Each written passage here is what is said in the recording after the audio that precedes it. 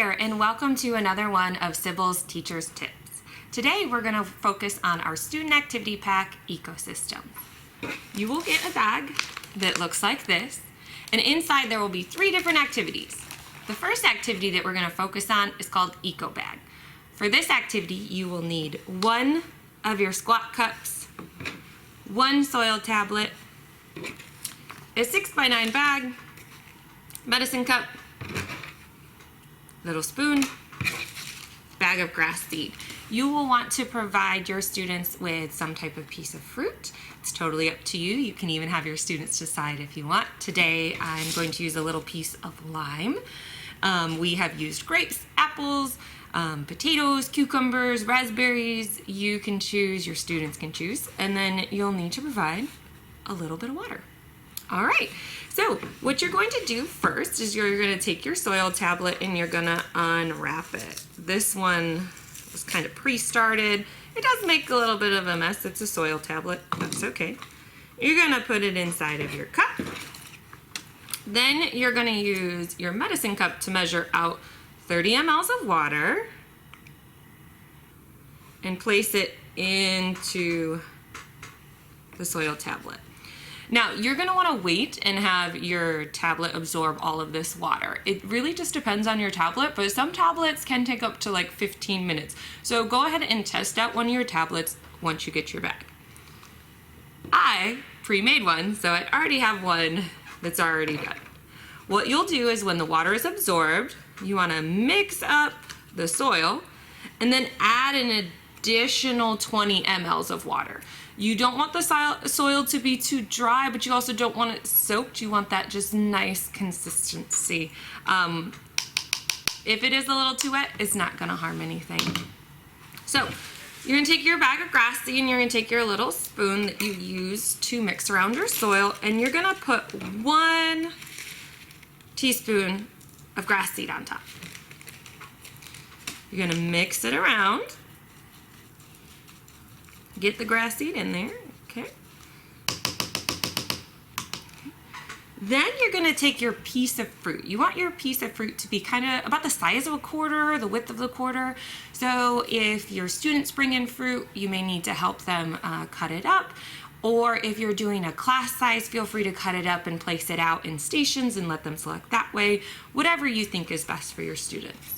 So you're gonna take it, after you've mixed in your grass seed, your piece of fruit, and you're just gonna set it right on top. We don't wanna push it down into the soil because we wanna be able to see it. You're then gonna take your 6x9 bag and place your cup inside. It's okay if stuff moves around a little bit. Okay. All right.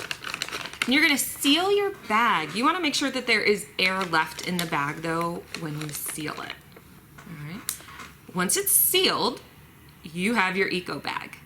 So when the students have this, have them draw what they see right now. What observations do they see? What questions they may have? Draw, sketch it out. Right? You're going to put it to the side, and 24 hours later, you're going to come back and encourage your students, open up the bag, take a look, see what's going on, sketch it, record your observations, record your questions. And you're gonna wanna repeat this over a course of 5 to 7 days. You can keep it going longer if you want. Here is an example of a bag that I've had going for a little while now. This is one that I had a raspberry in. And what's great is that the kids get a chance to really just explore and observe and start thinking about questions, right?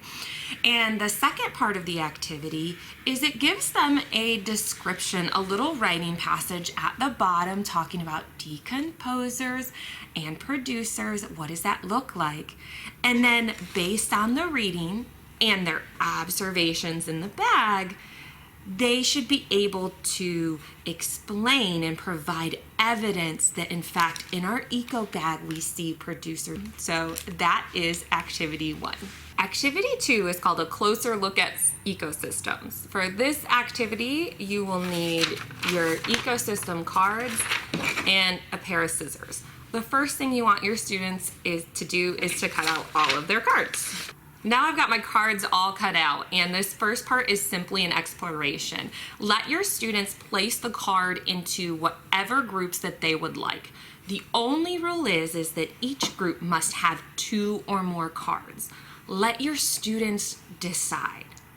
So for me, I'm gonna move them into plants and animals, and then things that maybe as a student, I may not be super sure of where it's supposed to go, right? So I am moving those around and making my groups. The best part about this is that the students get to choose, so it's really fun to see what they put together.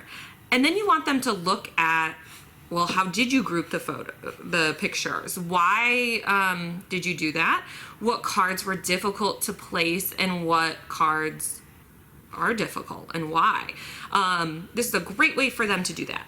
Now you ask them, okay, well, let's group them based on where you think they live. So let them move it into where they believe they live. Students, you should see, start to move them into things that occur in the water and things that are on land.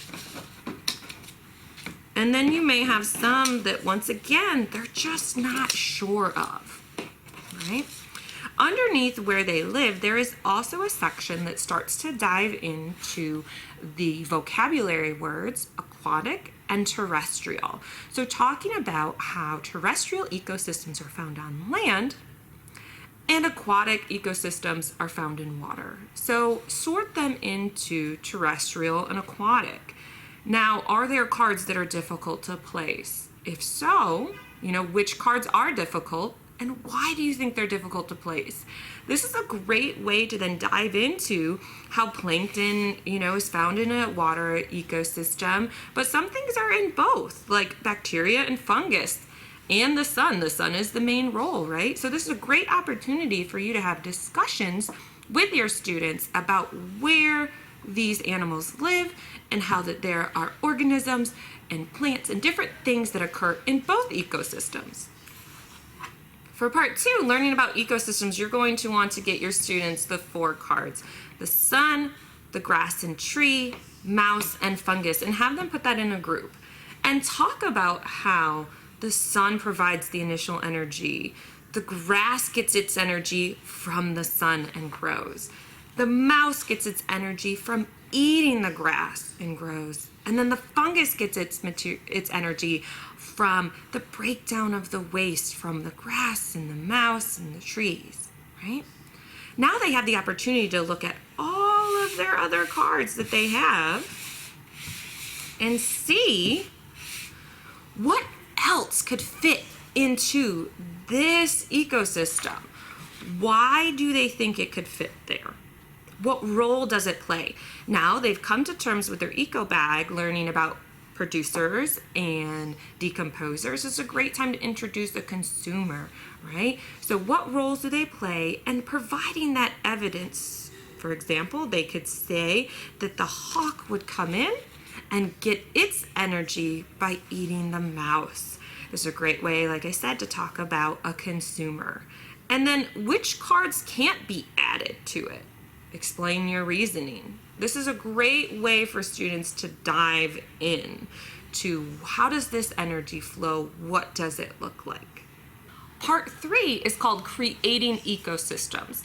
And what we would like for the students to do is to read about each of the different ecosystems there, and then using their cards, make that ecosystem. Right? For each of the card that they select for the ecosystem, describe that role and its reasoning. So for our forest ecosystem, it says that the forest has many trees with needles or leaves, shrubs, grasses and ferns, and a variety of animals. So the students would use their cards to build what they believe would be a forest ecosystem and describe the role that each card plays in that ecosystem. And that is activity 2. The final activity is called Impacts on Ecosystems. The very first thing we're going to need to do is prepare our ecosystems. So you're going to want your 2 other small squat cups, your 2 other tablets. You're going to use your medicine cup, your bag of grass seed, your small spoon, and once they get going, you're gonna have a little packet of malt vinegar. So to prepare ecosystems is very similar to activity 1. You're gonna take your soil tablets, remove the mesh, place them in the cup. Okay. Then you're gonna add 30 mLs of water to each of the cups.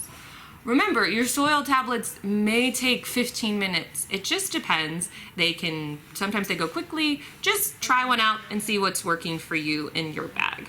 So I've done that, and so we have 2 tablets. All right. So I've taken them and broken them apart with the small spoon. For this one, what you're going to do is add 2 spoonfuls of seeds to each of your cups. Okay. And then you're going to mix it all together.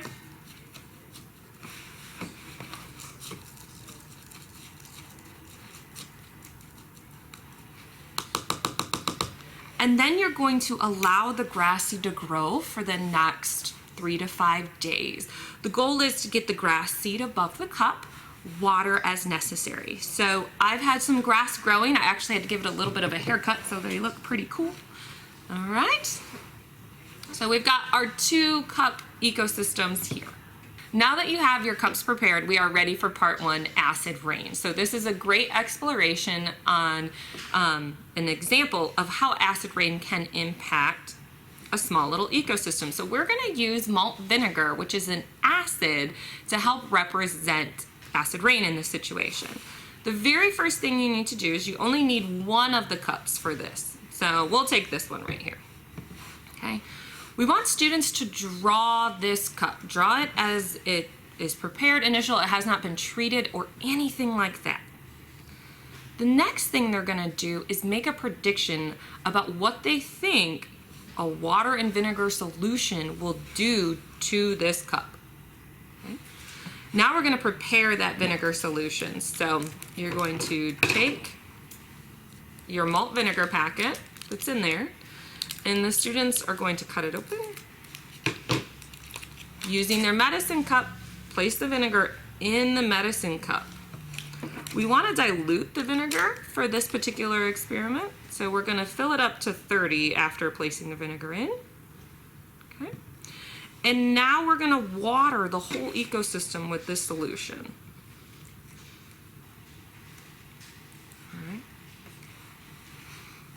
Put this to the side, let it sit for 24 hours, and have the students come back and start to make observations.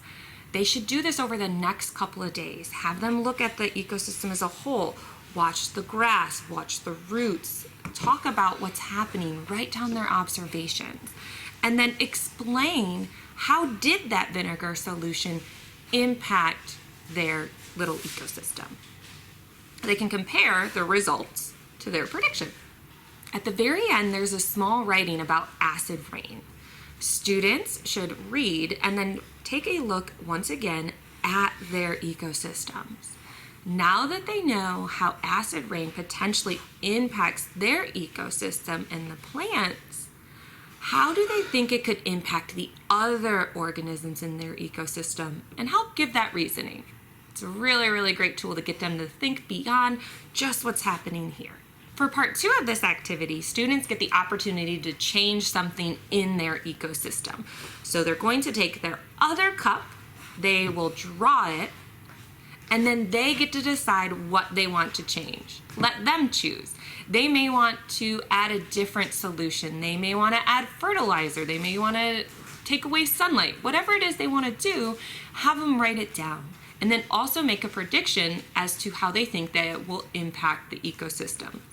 Once they've decided what they want to do, have them treat their ecosystem and watch it over the next couple days to see if anything happens.